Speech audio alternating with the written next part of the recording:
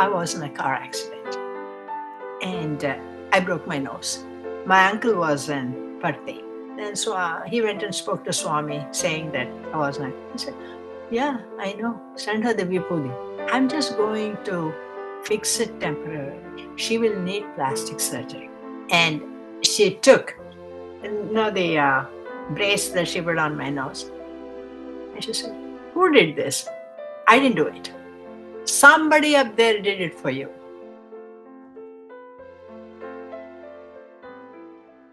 Sairam, dear listeners, welcome to Sai SOUL 100. Our guest today is Sister Vasantha Murthy, who is joining us from Old Tappan, New Jersey. Sairam, Sister Vasantha, thank you for joining Sai SOUL 100. And thank you for inviting me, Apirabha. It's a great honor. Jai Sairam, thank you. Please share your story. First, let me offer my most humble namaskarams at the divine lotus feet of my Swami, Bhagavan, Sri Satya Sai Baba, who has been my God, my guide in spiritual as well as worldly aspects, my friend, finally, my everything. My elder sister in law was a great devotee of Swami, and this was in 1961 when my brother got married. Actually, my elder sister in law's uncle was the one who built the Shivam in Hyderabad. So she was very much into Swami. So when she came to Chennai, and Swami would come very frequently to Chennai in those days, at least once a month, once in 2 months, he would come. So, so when he came, she would attend his speeches. So my parents wanted to go too, so they went. And in India, they have so many spiritual leaders, and you do not know who is true, who is not true. And and I was born into a very spiritual family, so it was always like looking for spirituality, attending these meetings, the spiritual discourses, and so on. So when my parents wanted to go, and I was praying, quote, to God, saying that I don't want this to be another fake Swamiyar, you know, like they are running behind him. Who knows whether he's true or not true? There are so many people who are not true. I don't want my parents to run behind him like this. So I was praying to God, saying, help them, make sure that he is true. And how old were you at this time? You're talking about your parents, right? 9 years. I was 9 years old. I said, God, please protect them. And then they came, they were very happy. And then again, for a second meeting, then I said, hey, I want to go and see what's going on. As though I'm a big protector of them, saying, let me go and see. Let me go and also listen to his talk and see what's going on there. So I told my mom, and she said, yeah, come on over. So I come over and come with me. So I went with them. And I tell you, Prabha, it was amazing because he was standing there for 1.5 hours. He spoke. And would you believe I understood every single word of what he said? He was able to communicate to a 9 year old at the same time to 60-year-old people. And it's the same talk. And with all his explanations, and it was all Vedantic too. But in the way he said it, I didn't get bored even for half a second. That really attracted me so much that if I'm able to understand at age 9 years what he was saying and follow every single word, then I thought there is really something here. And I have to find out more about this. And again, they were going for his talks and so on. Then I said, listen, if you're really God, and you proclaimed yourself as God, show me that you are God. Then I'll believe you more. So it was like a bargain with him. I was bargaining with him. Then I had this beautiful, fantastic dream. I have never been to Kanyakumari until 2011. But this dream that I had was in Kanyakumari. He would walk into a temple where there would be Lord Krishna's statue, and he would go in, become Lord Krishna, then come out. Then he would go into another temple where there was Lord Venkateshwara. So he would go in, become Lord Venkateshwara, come out. Then he would go in to another temple where Lord Rama was, become him, then walk out. So he, in essence, showed me that he is nothing but those divinities to whom I would pray. Later on, he also showed himself, and this was a very important lesson that I learned on faith and belief. I was in high school, and our high school final year exams were all public exams. So it was not like a school exam. And I could not study because I was having severe migraine headaches. And I could not even see light. So for my science exam, I did not even study. So actually, my sister, she sat with me in the dark. I would cover myself completely and stay in the dark, and she would keep a small lamp for herself so that she could read and I could listen. And during that entire time, I did nothing but keep on repeating the Lord's name. Then I didn't want to go to school to write the exam, but my parents and everybody convinced, no, no, no, you go. If you don't go, then you don't know whether you passed or failed. But if you go and you fail, it's okay. We understand that you are not health. It's not like you did not study, and so on. So went, wrote the exam, came home, and when the results came, I stood school first. That shows that if you really trust him and have that faith in him, then he will take care of you. My father wanted me to be a physician. He was a physician, my brothers were physicians. And since he saw that thing in me, then he told my mother, he said, no, you study like this and get such wonderful grades in your first year of college, I will get you into a professional school. Unfortunately, he passed away during my pre-university. So, but since that was his wish, my when Swami came to Chennai, my mother met him in one of our friends' house. So one of those visits, my mother approached him and she said, Swami, her father wanted her to be a doctor. Will she get into medical school? Huh? He said, yes, yes.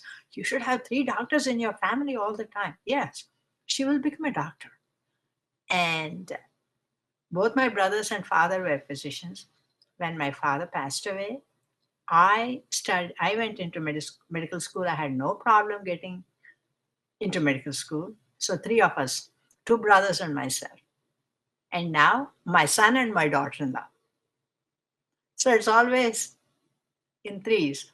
And my second brother, his 2 daughters. So it's like going in the family like that, 3 doctors all the time. So he said, no, no, she'll get sick. Don't worry. She will. And again, guess what? Exams. And while studying for the exams, and those exams used to be so tough. Medical school exams were not easy.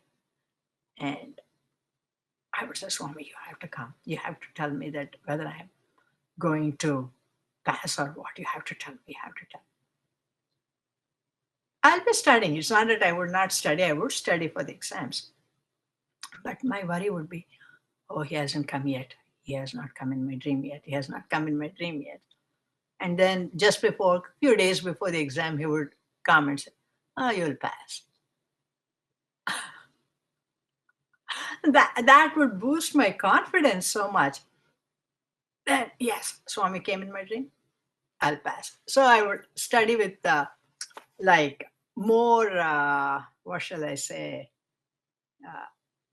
I would study harder. Let me put it that way, because he already assured me.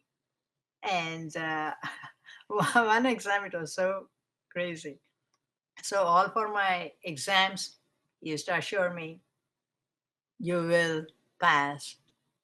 And then I finished my medical school. I got married. Then I came here. I wrote all my exams. As soon as I got married, I came here because he was a citizen by that time. My husband was a citizen. So in 1977, I got married and came here. I came here in March. July was the ECFMG exam. And I took that exam and passed the exam. Then I was applying for residency programs. And you apply to various hospitals and so. And I was a foreign medical grad and all that.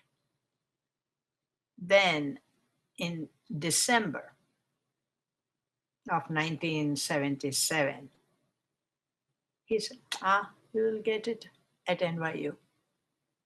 Swami said that in your dream that Yeah, don't worry, you'll get it. you'll get it NYU? at NYU. He specifically said, where I will, no, NYU la join avtavle. That means, you will join NYU.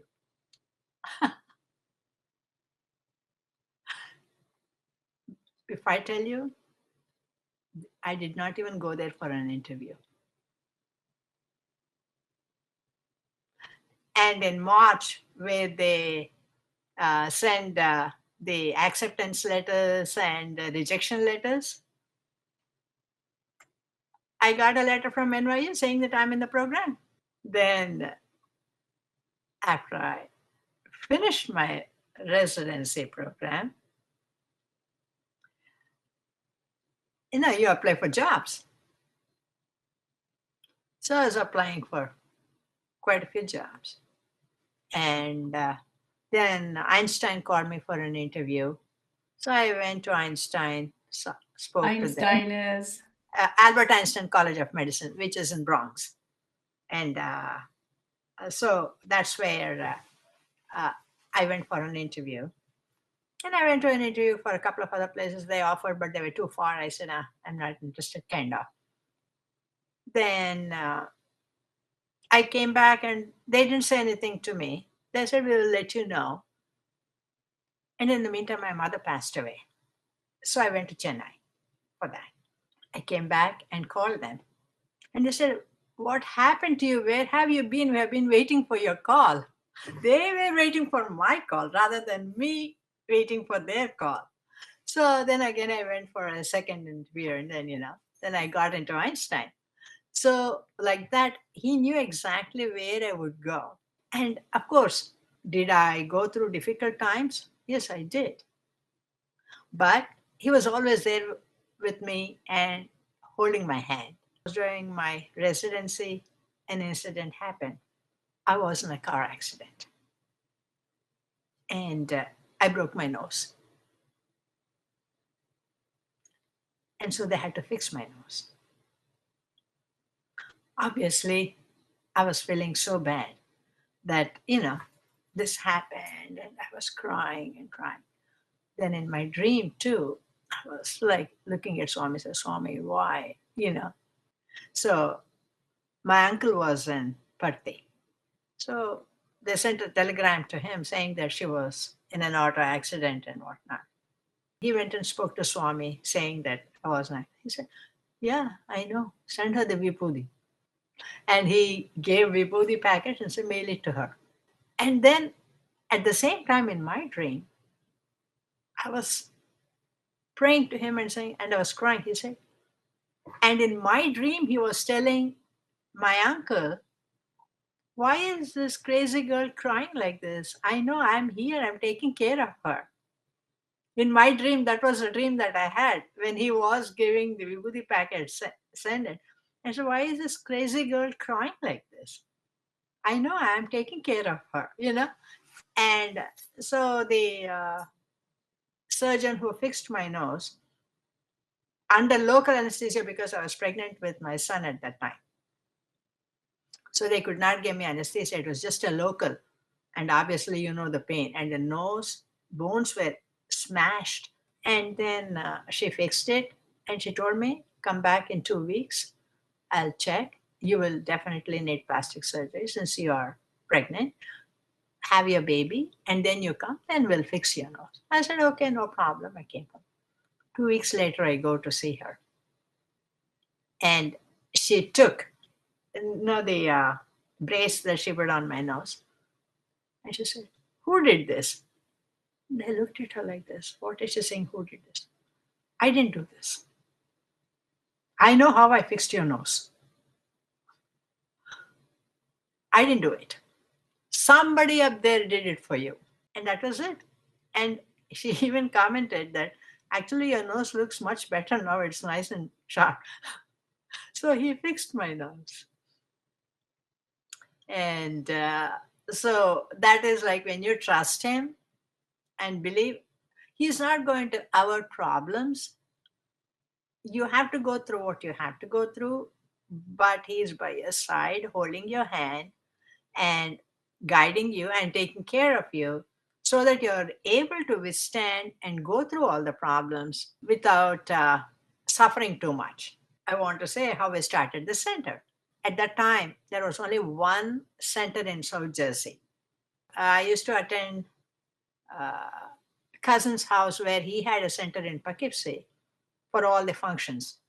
And they people in charge of the Northeast region. So they kept telling me, why don't you start a center in North Jersey? Then I said, okay. But then my husband was not a Swami's devotee to start with. And he used to take me to my cousin's place because I was interested.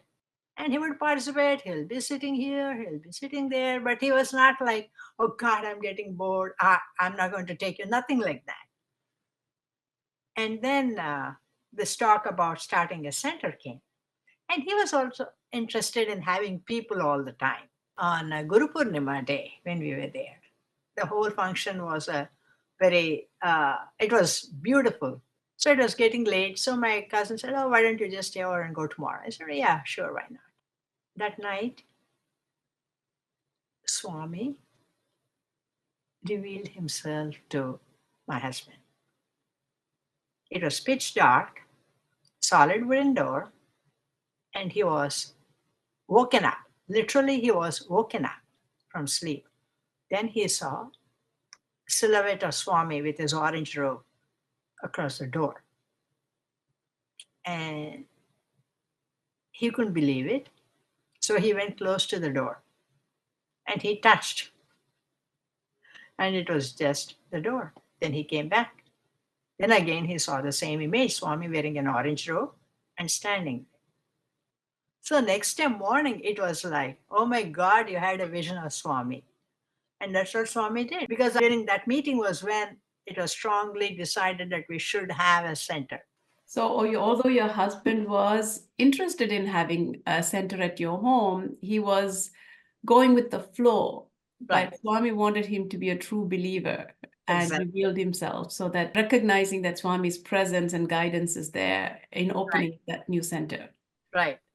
Then he was all gung ho about the center. Then we came back, and the following year he said we have to open the center. And then I was pregnant with Sai, and I was on bed rest at that time. So he came. He had estimates for the basement and all that, and he was fixing the basement. And he used to tell me what is going on, what's happening. I was praying to Swami. I said, Swami, these people are they are all saying, start the center, we are going to start. But I have not received from you the permission to start. You have to tell me, how can I start without even you telling me to start? You have to tell me this. And that night, he comes in my husband's dream and he comes in my dream. In my husband's dream, he comes and my husband is waiting in the darshan line and thinking, oh, I'm going to ask for a better job, this, that. When Swami came, he said, I just want to have bhajans. And in my dream, he was like sitting and talking with all of us. And then I'm saying, Swami, we are going to have a center there. And we are finishing up the basement. He said, yes, yes, I know. And then I said, Swami, it is going to be like we are going to focus 4 lights across the altar, special lights. And he said, no, there are 6 lights, not 4 lights. I said, no, Swami, you don't know anything. So he said, no, there are 6 lights. There are 6 lights. I said, okay, Swami, whatever you say. That is how I used to converse with him all the time, having that kind of friendship, And so next day morning, I asked him, how many lights do we have there?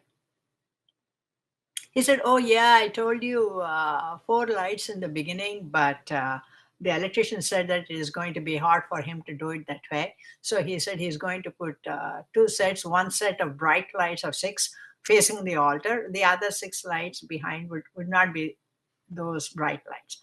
So that's how he planned. See how he knew that it is going to be like that. So then, of course, we opened the center, and by his grace, that center is still running. Every Friday, we have bhajans. This is from 1979 till now. 1979, June 16th. From then onwards. And that I say is all his grace. Sairam, Sister Vasantha, your story actually started at 9 years old, and Right. you have a lifetime of experience, right? And the common theme is he actually tells you through dream or otherwise of your path, and then it happens, right? And it's true for everybody, right? For everybody, we hindsight, we look back and say, oh my goodness, this path has been carved out by him, right? Where you're not supposed to go, there will be some blockages. Where you're supposed to go, the doors will open, Right. Which is true for everybody. For example, at 9 years innocent age, where you think you are the guardian of your own parent, you tell your Lord, your God, that I hope Swami is not fake. Yeah. And Swami had to convince you first. Yes. Right? Swami convinced you by revealing him to you. He gave you the power to believe it. So you are, pretty blessed child person to be able to have recognized that. I was. Yes. And then, of course, getting into NYU, passing exams. And I think that's just that faith that you had and that friendship you had, that comfort with Swami of maybe scolding him at times, and loving him dearly, but having that absolute faith that he will be there for you, and also asking him, show me that you're here for me. And he would listen to you. So your Sai is, your friend is always guiding you. Yeah. Always with you. Always with me. He's always with me. From my heart, I talk to him. I have conversations with him. And I don't know. I don't think I can be without him. Sairam, dear listeners, thank you for listening to Sai Soul 100 with Sister Vasantha Murthy. I'm Prabha Swaminathan. Until next time, Jai Sairam.